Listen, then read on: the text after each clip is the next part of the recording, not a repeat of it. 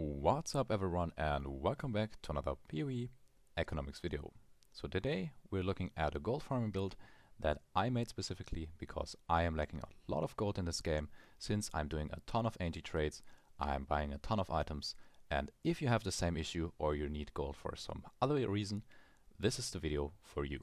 If you do not know what I'm talking about, go ahead and check out our Discord server or my other videos or PoEconomics.com. To get that gold efficiently, there are several approaches. Many of you already know the TFT method. You go to TFT, you buy access to a map, a carrier clears it for you, you pick up all the gold, and you pay a fixed amount of currency. For example, you pay 1 divine and you walk out with roughly 1 million gold. In this video, I want to show you two things. First, how you can farm gold yourself using the exact methods these carriers are using. Second, how you can host these maps for other players and turn it into a very strong profit strategy. So this isn't only about farming your own gold, this is also about generating a consistent amount of divines simply by hosting these runs while still keeping gold for yourself. The gameplay running in the background will be this exact strategy. By the end of the run, you will see we ended up with a rough profit of 1.79 million gold. And the build or the items that I'm using in this video aren't even fully optimized yet. It's not perfect and it isn't fully min-maxed. This video will cover two things. The basic build guidelines for gold farming, meaning the specific gear pieces that are mandatory for the gold farming setup, and then the compatible build that I'm using, the Witch Spark build. Many players already use this build for regular mapping, so you can run it even without the gold gear and still make a strong profit. But with the gold gear, it becomes a full gold farming setup. The cost of this build depends on how far you want to scale it. If you want to cover every map you'll ever need to run, expect a maximum of around 50 divines. If you want to push the build even further, you can scale it into the thousands of divines. On PoEconomics.com you'll find full trade links for every step, all items, and the best in-slot options for the entire setup. While the gameplay is running in the background, you'll see the build in action across the entire run and the final profit we end up with. So let's get started and look at the gear and requirements for the setup. Okay, first off, let's go over the preemptive gear knowledge. So we want gloves that have two different modifier types. We want a 14% increased quantity of gold dropped by slain enemies, and we want 100% increased effect of socketed items. In addition to that, we want to socket those gloves with 60% increased quantity of gold dropped by slain enemies.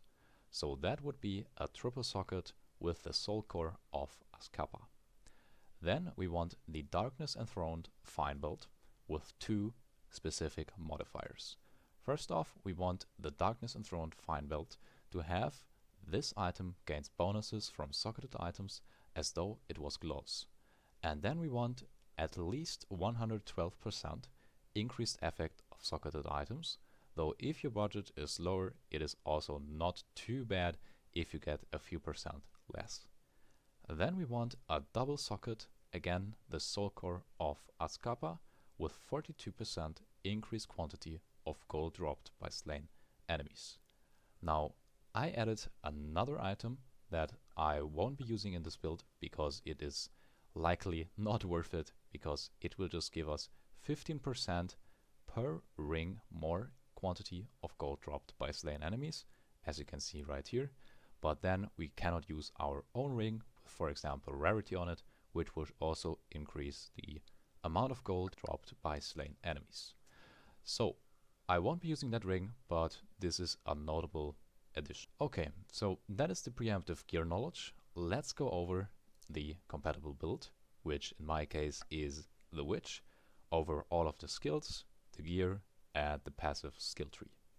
Now first off, we got the skills. So for the skills, we'll be using Spark with weapon set 1.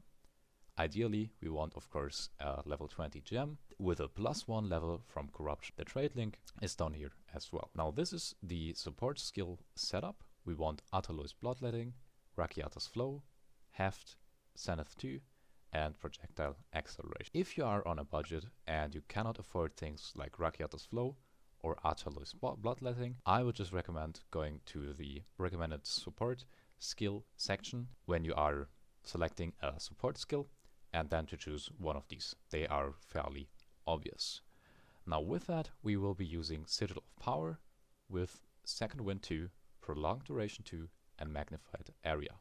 Now this will just give us a bit more DPS to, for example, kill bosses with, or just stand around when there's a lot of enemies. Now the rotation is very simple. As you might have already seen by the gameplay, you just use your spark, and for bosses or a lot of enemies, you place the Sigil of Power with right click, and that is pretty much everything. Now, of course, there is some caveat to that. You likely want your spark, so your life regeneration, to ramp up first when you enter a map. So I kind of recommend, this is not necessary, because of course you will also get life regeneration by killing enemies, but it is kind of recommended to stand around for a bit in the beginning and just keep on casting spark until your life regeneration really ramps up. Now this is especially the case for bosses. If you feel that that process is way too slow and you can sustain a bit less damage, you can of course swap out the life flask as I mentioned below here. What life flask we are using we'll get into later. Now let's get to the gear. First off, we got the weapon. For the weapon we want a wand, obviously, since we'll be using spark. And what we want on that wand are these exact modifiers. Now I have gone and input a ton of my modifiers into PoE2 build planner, and this is the modifier setup that will end up with the most DPS, though it is very unlikely that you will get exactly these mods on any wand really. But let's get into how you can approximate those stats. Now first off, we want gain 28 to 30% of damage as extra lightning damage. We want increased spell damage, increased lightning damage, and of course, this is very important, +5 to level of all lightning spell skills, and increased critical hit chance for spells. Of course, since we're kind of relying on having a lot of life regeneration through casting our spark all the time, which costs us life, the cast speed is also very relevant, so having a high increased cast speed helps a lot as well. Now there is 3 different setups that I figured out where you can get the absolute most out of your wand. Now this all revolves around the plus level to all lightning spell skills, and there's 3 different ways, and this is very important. If you do not know this, you can apply this to almost every single item. There's 3 different ways to acquire another level to all spell skills or any skills in general. Now the first way is getting a 2-socket wand that is of course corrupted to a 3-socket wand, and then to just simply put 3 sockets with +1 to level of all spell skills inside of there. The second way is getting a Sanctify, an Omen of Sanctification, and sanctify it to +6 to level of all spell skills.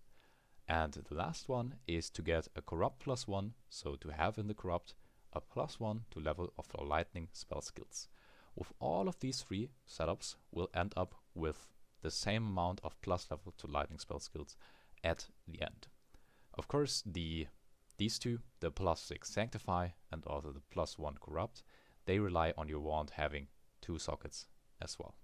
Okay, so a very notable addition to this fact is that the Sanctify basically works in the way that you get 20% more to all stats or 20% less.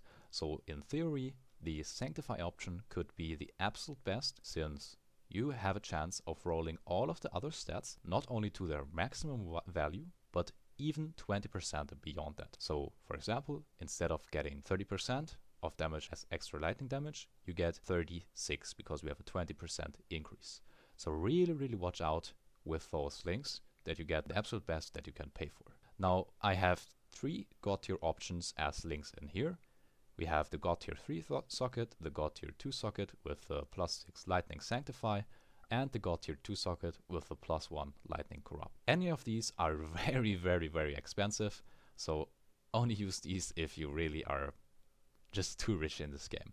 But if you want to have, of course, a weighted sum search, you can use these 3 links, and then, as shown in the screenshot, just click on the sum and pick the best one that you can afford. So for the staff, we'll be using level 19 Sigil of Power, optimally, of course, level 20, but it really doesn't matter what kind of staff it is. You can just press on this trade link and then buy whatever staff you see right here. Just buy the cheapest one. For the focus, we'll be using the Rav Pipe Globe Sacred Focus, and that is because it will give us 3 different modifiers that are very important. Non-channeling spells cost an additional 6% of your maximum life. Non-channeling spells have 5% increased critical hit chance per 100 maximum life, and non-channeling spells deal 10% increased damage per 100 maximum life. We want to put 2 runes in there. I will be using the Greater Body rune because I haven't figured out anything better to put in there since it's a focus. So we have plus 80 to maximum life in here. Of course, with the weighted sum search again, you can just pick the best one that you can afford. Now this will automatically also filter for the God tier focus as well. So if you go to the link and you press on the weighted sum, this will be the absolute best one. At the top you can see it's a mirror, so just scroll down and pick the best one that you can afford. Now for the armor, we'll be using the Veil of the Night Martyr Crown to get the You Have No Elemental Resistances modifier, and we will put 2 Soul Core of Takati in it for the extra chaos resistance. For the body armor, we'll be using the Kaom's Heart Conqueror plate. So we'll be using this plate because we want the 1500 to maximum life, and we get even more life by putting 3 runes in there. Now, of course, there are armors in here which have a corrupted more to maximum life, so not only 1500, but even beyond that. But I have figured out that the other socket, so the third socket with 3% increased maximum life as well, gets you way more life in the end than having any extra maximum life in here. Really just use the 3 socket armor as I showed you in the trade link right here. So for the belt, as mentioned before, we want the Darkness Enthroned Fine belt. We want the increased quantity of gold dropped by slain enemies through the Soul Core of Azcapa. Of course, we also want the modifier that allows us to treat any of the sockets as sockets for gloves. I kind of forgot that here, and it seems also that this is kind of messed up. This shouldn't be here. This is supposed to be below. So for the boots, we have the 120 to 149 to maximum life, the increased movement speed, the chaos resistance, and increased rarity of items found. Now there's 2 different things that we also want on it, and that is first off the 100% increased effect of socketed items. Now I have listed these separate from the other mods, or this one from the other mods, because this can both be a prefix and suffix, so you kind of have a bit of wiggle room with the boots. You do not need any more stats than these 4. There's no stat that would significantly improve the build in any sort of way, besides of course getting like more armor, for example. But as that is not really relevant, I haven't included it here. So you just need 5 stats, and then you want of course the Ferret's Rune of the Chase rune in there as well. Now I have made a God tier boot trade link and also a weighted sum link as mentioned before. Now for the gloves, and this is very important, we want the 14% increased quantity of gold dropped by slain enemies, and we want 100% increased effect of socketed items. For the prefix and the suffix, these do not have to be exactly what is stated here, but of course this will get us a lot more damage and will be really powerful if you manage to acquire one like that. Now we want added lightning damage, we want added physical damage, we want maximum life, and we want critical damage bonus. Especially the critical damage bonus will give you a lot more damage, so really watch out for any gloves with that stat on them. Of course, we want the 3 rune setup, so you will have to watch out that these gloves actually have 3 runes, and we want the 60% increased quantity of gold dropped by slain enemies in there as well. You can see I have made a God tier trade link and a weighted sum trade link as well. Okay, so that is for the armor and the weapons. Now we will be getting into the jewelry. For the amulet, we will be using maximum life, increased maximum life, increased spell damage, to level up our spell skills, increase cast speed, and increase critical damage bonus. If you can get a Sanctify or a Corrupt with another +1 to level up all spell skills, that will of course increase your damage even more. So if you get anything like that, buy it instantly, but it is kind of impossible to find an amulet like that. That would be very, very rare. Okay, so we want to use the Bloodstone amulet as well, though of course it is not as relevant since it will only be giving us 39 to maximum life. And then we want to use the Distilled Allocates Lightning Rod. So you will be using the Liquid Emotions, Liquid Suffering, Liquid Isolation, and another Liquid Isolation. And yeah, here's the trade link. Of course, this will be uncorrupted or unsanctified, so you still have to put Lightning Rod on it. So if you're searching for anything with another +4 or corrupted +1, so then you also have +4, I would recommend that you kind of adjust this trade filter. I haven't included it here, but it should be relatively easy to do. Yeah, and here I said the God tier is so cheap, you don't even need weighted sum. So yeah, you can just go to the trade link and you will see this is pretty cheap. You will have kind of the God tier go to perfect amulet for 14 divines, and if we're talking about God tier, I'm talking about like mirror tier amulet. So really you should spend this kind of amount of divines on your amulet. You don't have that amount of divines if you want to keep it low. Of course you can make your own weighted sum by simply changing this to weighted sum, and then you can of course weigh these or have minimums in here, and you can kind of filter like that. For the left ring, we will be using added physical damage, added lightning damage, and increased lightning damage, or we can also have 2 maximum life on there as exchangeable for any of these 3 mods up there. Then for the suffix, we want to chaos resistance, increased cast speed, and increased rarity of items found. Now why are we using increased rarity of items found? That is because we will be getting more gold, we will be getting bigger gold stacks by simply having more rarity. So yeah, ideally we want to use of course the breach ring, since it gives us maximum quality at 40%, so we can increase these stats even more. I would especially go for the lightning stats or maybe the caster modifiers, so we get more cast speed and kind of increase our damage by a lot more. And here we have the God tier link and the weighted sum link again. For the right ring, and this is something that, you know, is kind of something that I will be using because it's more comfortable. Of course, you can use another breach ring here as well, though then you will have to worry a lot about your increased critical hit chance and also about your increased critical spell damage bonus, which you get both of them right here, and you also get 22 chaos resistance. So really, because it's way easier, it's way more comfortable to simply choose this ring than min-maxing all of the other stats on all the other items, I will be using this ring. Of course, with a weighted sum, just pick the best one that you can afford.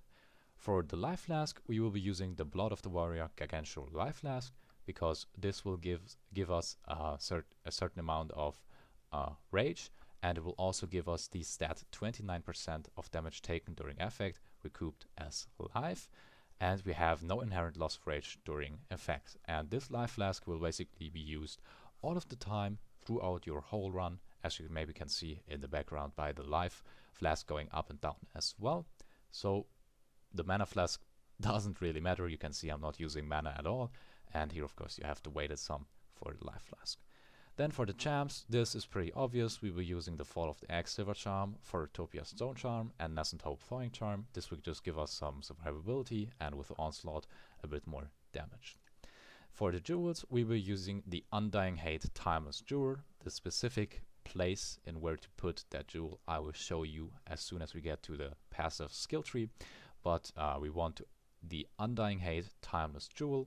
We want this because this gives us a certain desecrate that I will show you in the end. And the only thing that is relevant on it is that we want glorifying the defilement of X souls in tribute to Techrot, with a trade link here as well. In addition to that, we want the controlled Metamorphosis Diamond. This is because it allows us to choose certain passives that otherwise we would have to skill tree to. So use this and get your perfect setup. For the rare jewels, you need to buy 5 of these. We want increased spell damage, we want increased global physical damage with break, increased armor, we want increased critical damage bonus, and increased critical spell damage bonus. Now obviously the most important 2 aspects of this jewel is the increased critical damage bonus and the increased critical spell damage bonus, since that will increase our damage the most. The 4 to 8% increased global physical damage is also very, very good, but the other two have a bigger effect. I just saw that I actually have two pictures in here that I also have down here. Sometimes, you know, I see a few issues in the site and then that I haven't seen before, and then I need to fix them. But yeah, okay, so the buy link for the jewels. So these pictures aren't supposed to be here actually. They are right here. You can just press on the trade link, and then again just press on weighted sum and buy the best ones that you can afford. And these often won't have even all of the stats that we are looking for, but they will definitely have critical spell damage, the bonus, or critical damage bonus, which will be a huge boost to your damage. You can see the passive skill tree down here. You can press on this zoom button to see them in detail, but I will show you in the game in a second. And then down here we have the sum up and quick option for all of the trade links. So we have the weapon, the armor, the jewelry, the flask and charms, and the jewels passive tree. So if you have a TFT trader extension, you can of course add all of those trade links and maybe do like an active live search to get them for a very, very cheap price, or whatever you want to do with them. Yeah, or if you just want to buy all of the items very, very fast and you don't want to read through all of this info and figure out what trade links to click on. So in the game, what you want to do is you want to have basically this ascendancy setup. You want to go down the left path, the right, and a bit in the middle, and especially when we're looking at the passive skill tree. I hope you can see everything all right here. We want to put the Undying Hate Timeless Jewel in here, and then select the Sacrifice of Blood, which will give us the regenerate rate 1 life per second per 8 life spent in the past 8 seconds. If you do not have this, you will not get this build working, since it's a life consuming build, and this will be our main life regenerator. Okay, and for the Controlled Metamorphosis Diamond, we will be choosing 2 skills right here. We will be using Harmonic Generator, which will give us a lot more critical hit chance against shocked enemies. And also we will be using Kite Runner, which will give us movement speed, projectile speed, and projectile damage. As you can see right here, I just died, and so that kind of ended this run abruptly, but we were almost done with the map. And if you just look down to the bottom right, you will see that we ended up with 2.7 million gold. If you remember, in the beginning of the video, we started at 1 million, so that is a profit of 1.79 million gold in profit in the exact time that you have watched this video. Now, if you want to be selling this service, you just go to the TFT Discord server, or of course you can also do it on our Discord server. There won't be that many people, since we're still a small community yet, but you can see, of course, I myself am also offering this service, though I am offering it for free for anyone that sees this on this Discord server. So you get around 400k to 1 million gold per map. This is my IGN, or you can write me in my Discord DMs, and I will carry you through those maps if I am online. Or if you go to TFT, you can make a willing to sell in the gold hosting willing to sell PoE2 Abyss channel, and you can sell your map similar like these people are doing it. So for example, there are also people selling Castaway maps, which is a gold specific map, but you can make kind of like a same offer as these people are playing it. 1 divine per 1 million earned, mostly 1 million plus per map, if not map layout, and you can sell it the same as these guys are selling it, and you will make a ton of profit. If you optimize this process, you can obviously be way faster. If you get a couple more people in as well that even help you out with killing the monsters, you're even faster, of course requiring them to have the same gold farming setup, but that will make the maps a lot more efficient. I highly recommend that. So yeah, thank you guys very, very much for watching. Check out the Discord server in the video description. Definitely check out the site. If you have any questions, you can always DM me on Discord, and I'll be seeing you guys in the next one.